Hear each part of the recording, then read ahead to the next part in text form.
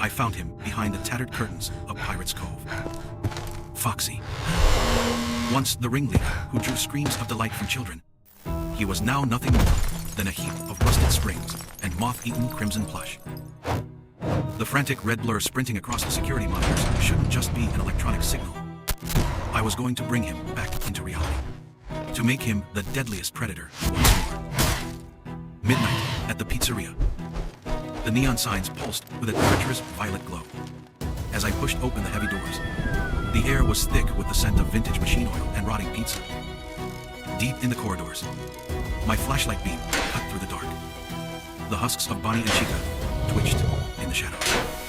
I could feel it, the electronic stare from those hollow eye sockets burning into the back of my skull. The floorboards rumbled. I approached the stage marked with the out-of-order sign.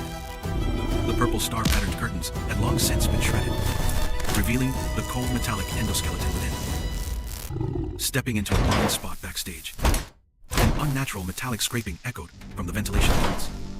Was that him, sharpening his hook in the darkness? My flashlight was dying. In the flickering beam, I saw him huddled there. His iconic eye patch was flipped up, exposing a complex web of mechanical wiring, his silver hook glinting with a cold, lethal edge. I hot-wired the backup power. Instantly, electrical arcs snapped through his red fur. His jaw began to clatter violently, the rhythmic clack-clack echoing down the hall. I hoisted the heavy endoskeleton onto my shoulder. Suddenly, the security cameras swiveled in unison to face me. Heavy footsteps thudded outside. They knew. Run for it, Foxy. I bolted, clutching him tight. Behind us, the mechanical monstrosities let out a distorted roar. I dived for the car, the engine screaming to life. Don't stop, we're going home. I slammed the trunk shut. As my headlights swept across the second-floor window of the pizzeria, the hollow, glowing eyes of Golden Freddy watched my escape. I stripped down his torso. This time, I didn't use cheap parts. As the soldering iron sent up plumes of blue smoke, I manually rewrote his logic chips, flipping the toggle from Slay mode to Guardian mode. The core rebooted. He slowly raised his head, his orange optic sensors focusing on me. It was a soul dormant since 1987, finally flickering back to life. He took his first tentative step, the hydraulic hiss of his mechanical legs possessing a raw, industrial beauty. He reached out with that dangerous hook and gently brushed the tip of my finger. Let's see how much modern supplies can make you evolve. He absorbed the active electrolytes from the plant fibers. His red fur was replaced by emerald bioarmor. He became the Sylvan Ghost Foxy, his defensive capabilities off the charts. A high concentration energy burst. His sensors entered an overclocked state, moving faster than the human eye could track. He left 3 after images in the room. This was teleportation level speed. The core temperature hit critical mass.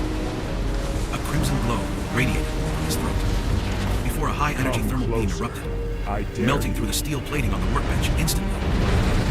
After consuming the golden apple, he underwent a qualitative mutation.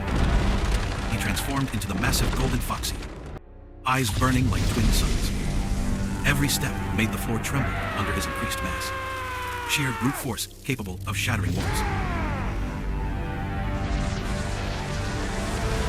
A twisted nursery rhyme drifted from the television.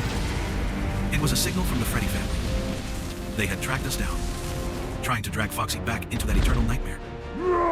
Reality began to collapse. We stepped through a purple portal, returning to that distorted, pixelated battlefield.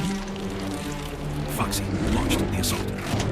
He became a streak of orange lightning, weaving through enemy lines with his super speed, his hook precisely dismantling the rotting animatronic shells. Nightmare Freddy let out a devastating roar. To protect me, Foxy tanked the shockwave. System overload.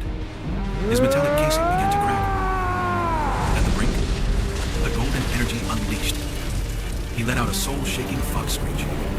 A golden shockwave vaporizing every scrap of the nightmare within a 100-meter radius. The battle ended. He shifted back into that scruffy little fox, curling up on the sofa and snoring softly. I wanted some popcorn, but the microwave seemed to have fried during the fight. He cracked open his left eye, an orange glint flickering in the iris. Pop! The kernels inside the microwave exploded into a full bag, carrying a faint, toasted aroma.